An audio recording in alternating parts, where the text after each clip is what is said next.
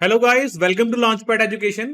आज हम इस वीडियो में बात करने वाले हैं बैड बैंक के ऊपर। बैड बैंक रिसेंटली बहुत न्यूज में है। व्हाट इज बैड बैंक, उसका पर्पस क्या है, national Asset Reconstruction Company limited क्या है, क्यों इसको एग्जिस्टेंस में लाया गया है, इसका क्या पर्पस होगा, कैसे ये काम करेगा, सेंट्रल गवर्नमेंट का क्या रोल है और हमारी इकोनॉमी में ये कैसे हेल्प करेगा। तो before we move further, if you do not want to miss any update, आप हमारे यूट्यूब चैनल को सब्सक्राइब कीजिए, हमारा फेसबुक पेज भी है उसको लाइक कीजिए और इंस्टाग्राम पे भी हमें फॉलो कीजिए। वहां पर हम डेली क्विज डालते हैं, आपकी प्रिपरेशन में भी आपको हेल्प करेंगे। Also you will be updated with all the recent videos जो अपलोड होती रहती हैं। सो नेक्स्ट हम देखते हैं अब ये न्यूज में क्यों था। अब जो यूनियन कैबिनेट है उसने अप्रूव किया, किस चीज को अप्रूव किया, एक बजट अप्रूव किया। वो कितना था? 30,600 करोड़ का बजट। थोड़ा बजट नहीं है, 30,600 crore. It's a backstop facility, मतलब एक तरह से गारंटी है। किस चीज की गारंटी है? कि जो भी सिक्योरिटीज इशू की जाएंगी, कौन करेगा securities issue? NARCL, that is national Asset Reconstruction Company limited, which is bad bank. ये सिक्योरिटीज इशू करेगा किसको? बैंक्स को। कैसे इशू करेगा? बैंक्स के पास एनपीएस बहुत हैं। अब बैंक का काम क्या होता है कि वो लोन्स देती है लोगों को। लोन्स देने के बाद उसके ऊपर जो इंटरेस्ट होता है वो उसकी प्रॉफिट होता है, उसकी इनकम जनरेशन होती है। लेकिन गैस के अगर उनके पास जो लोन्स दिए गए हैं वही डिफॉल्ट कर जाएं, उनके पास तो कैपिटल ही नहीं रहेगा कि वो लोन किसको दें। सारा ही बैंकिंग सिस्टम अगर इस क्राइसिस में आ जाए तो फिर तो इकोनॉमी को ही एक तरह से थ्रेट हो जाएगा। इसी के चलते सरकार ने सोचा कि अब उनको कैसे रिजॉल्व किया जाए कि जो बैड डेट्स हैं, जो बैड लोन्स हैं, जो एनपीएस हैं, उनको कैसे रिजॉल्व किया जाए। अब बैंक अगर अपने लोन्स को वापस लेने में अपनी सारी एनर्जी लगाई जाएगा तो वो अपना बिजनेस कब करेगा? बिजनेस नहीं करेगा तो इकोनॉमी स्टेबल नहीं होगी, तो क्राइसिस बढ़ते जाएंगे। सरकार ने क्या किया? एक बैंक एस्टेब्लिश किया जिसका नाम दिया बैड बैंक। इसका मतलब ये नहीं है कि बैंक बैड हो गया, इसका मतलब ये है कि जो बैंक है वो क्या करेगा? जितने भी एनपीएस हैं वो खरीद लेगा बैंक्स से।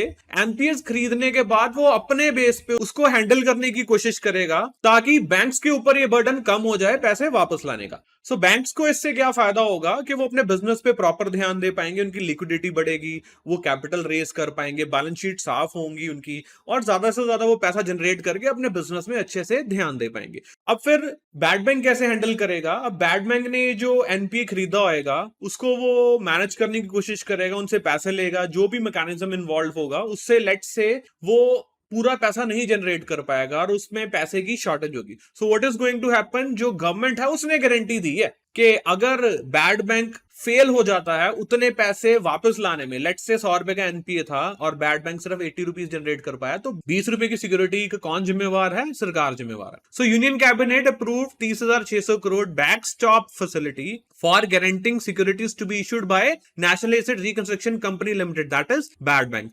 बैड बैंक क्यों सेटअप हुए? To help aggregate and consolidate lenders non performing asset और bad loan. What is bad bank और उसका पर्पस क्या है? It is actually financial entity. Bad bank है क्या? एक फाइनेंशियल एंटिटी है। क्यों सेटअप हुई है? ऑलरेडी बात की है। To acquire NPAs from banks और उसको फिर रिजॉल्व करेंगे अपने बिहाफ पे। अब बैंक क्या कर सकता है? It can sell it stressed asset to NARCL, National Asset Reconstruction Company Limited. Stressed asset मतलब जो एनपीएस हो रहे हैं या हो गए हैं, thereby cleaning the balance sheet, raising funds and focusing more on business rather than struggling with the NPAs। ये बैंक का काम नहीं है कि वो प्रॉपर्टीज मॉर्टगेज की, उससे पैसे तो आ ही जाएंगे तो जाके वो प्रॉपर्टीज बेचें और पैसे ले। नो, उनका काम सिर्फ ये था कि प्रॉपर्टीज मॉर्टगेज की जाके एक सेंस ऑफ सिक्योरिटी लाने के लिए।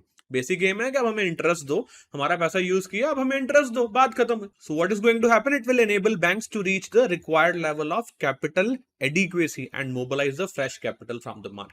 अब यकीनन बात तो यही है, अगर किसी बैंक की बैलेंस शीट बहुत खराब है, वो शो कर रहा है कि स्ट्रेस एसेट्स बहुत है, एनपीएस बहुत है, तो उसको पैसा कौन देगा? अब अगर वही जो एनपीएस हैं बैड बैंक खरीद लेगा तो बैलेंस शीट तो क्लीन हो जाएगी, तो अब वो अपना फ्रेश कैपिटल भी रेज कर सकते हैं।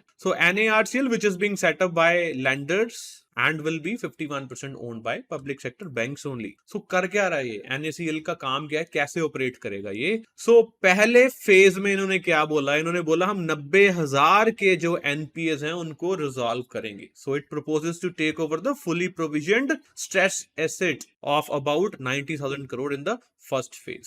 सो जो मिनिमम साइज होगा NPA का वो 500 करोड़ का होगा कम से कम। मतलब बिग फिशेस, बड़ी मच्छियों को ये पकड़ने के लिए जा रहे हैं पहले, जो 500 करोड़ का कम से कम डिफॉल्ट कर चुकी हैं। ऐसा नहीं है कोई तो NPA किसी ने 2 करोड़ का किया, 3 करोड़ का किया, 1 करोड़ का, 10 लाख, उनको नहीं पहले छेड़ेंगे। ये नहीं कि उनको छेड़ेंगे नहीं, सेकंड फेज में उनको भी छेड़ेंगे, क्योंकि टारगेट तो इनका 2 लाख करोड़ का है टोटल। पहले फेज में 90,000 करोड़ और बिग फिशेस को पकड़ेंगे जो कि 500 करोड़ का डिफॉल्ट कर चुकी हैं। So minimum size of each NPA to be acquired will be 500 crore as the focus is on resolving big ticket bad loans. Target is to help resolve NPAs worth 2 lakh crore, which we have already talked about. So अब क्या करेगा? Bad bank will acquire assets by making an offer to bank. Bank को offer करेंगे, क्या करेंगे जी? 15% हमसे आप जो आपका NPA है उसकी कैश पेमेंट ले लो, बाकी का जो 85% बचता है उसकी हम सिक्योरिटीज इश्यू करेंगे। अब बैंक्स कहेंगे हम आपको क्यों माने आपकी सिक्योरिटीज को? तो बैड बैंक बोलेगा मेरे पास गवर्नमेंट की गारंटी है, मतलब गवर्नमेंट वो सिक्योरिटीज को गारंटी कर रही है कि इन केस बैड बैंक नहीं आपको 50 रुपए दे पाएगा तो मैं तो बैठी हूं। सो सरकार का आश्वासन है कि डिफॉल्ट अगर करता है बैड बैंक तो मैं पीछे से आपको ये दूंगा। सो ऑटोमेटिकली बैंक्स का भी कॉन्फिडेंस बढ़ गया, वो भी अपने NPAs इनको देंगे। So see these receipts in turn would be guaranteed by the government 30,600 crore का बैकस्टॉप फैसिलिटी। यही तो बैकस्टॉप फैसिलिटी है। नाउ पॉइंट इज जो NPA एक्वायर किया गया है उसका जो रेजोल्यूशन है, उसका जो प्रॉपर तरीके का प्रोसेस है जिससे वो सारे पैसे वापस आए, वो भी तो अच्छे से होना चाहिए। इसलिए एक और बॉडी बनाई गई है which is India Debt Resolution Company Limited IDRCL to be set up by public private bank to assist NARCL। NARCL को असिस्ट कैसे करेंगे? NARCL जो NPA प्रोक्योर करेगा, जो परचेज करेगा NPA in the sense bank से, उसको ये रिजॉल्व करेगा, उसको ये हेल्प करेगा कि उसका जो सारा प्रोसेस है मार्केट में उसको बेचने का, उससे पैसे लेने का, वो एफिशिएंटली और इफेक्टिवली हो जाए।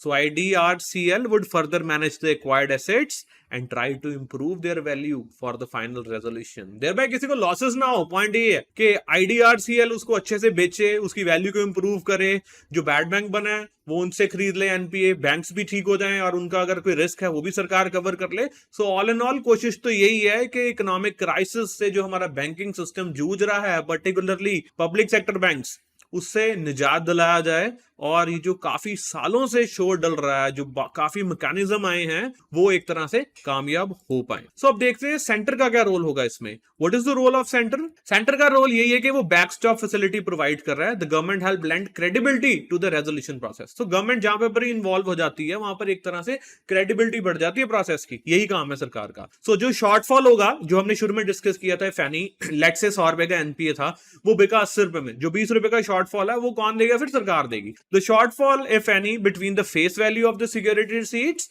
and the actual realization would be borne by the government. So simple. So the union government's guarantee will also enhance liquidity of these receipts which are tradable. मतलब जो सिक्योरिटीज हैं वो ट्रेडेबल भी है market में, so hence उसकी liquidity भी बढ़ गई है। सो अपनी तरफ से तो यही कोशिश रही है कि ये जो सारा प्रोसेस है अच्छे से एफिशिएंटली इंप्लीमेंट हो पाए।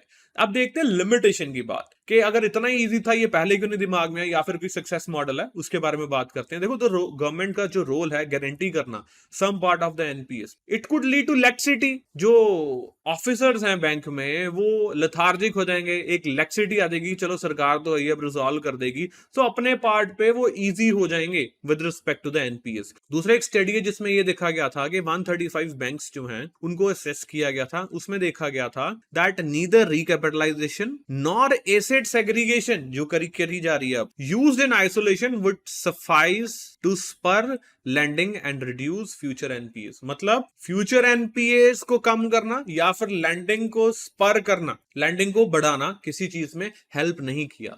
क्योंकि अगर एक बार सेंटिमेंट्स डाउन हो जाए, बैंकिंग सिस्टम में क्या है, उनके सेंटिमेंट्स डाउन है। क्यों? क्योंकि देखो, जो बिग फिशेस हैं, जो बड़े कॉर्पोरेट हाउसेस हैं, जब वो डिफॉल्ट करते हैं तो एक्चुअली जो बैंक मैनेजर्स होते हैं वो बीच में फंस जाते हैं, उनको चार्जशीट कर दिया जाता है। जिसके चलते जो एमएसएमई है वो बहुत सफर करती है, क्योंकि जो जेन्युइनली लोन चाहकर अपना काम बढ़ाना चाह रहे हैं उनको उतनी हेल्प नहीं मिल पाती बैंकिंग सिस्टम से। सो यही ऑब्जर्व किया गया है कि जो लैंडिंग है वो उतनी इंक्रीज नहीं होती है even if you do all these things. So this is actually the dark side, but अगर हम इसकी बात को समझ भी ले, then also what is the alternate we have. हम एनपीएस को ऐसे तो रहने ना दे सकते, so we have to handle them. So let's see आगे फिर क्या होता है। So guys, this was all about bad bank, और ऐसी ही और वीडियोस देखने के लिए आप हमारे YouTube चैनल को सब्सक्राइब कीजिए, हमारे Instagram पेज को भी फॉलो कीजिए, also give us a like on Facebook। Good luck.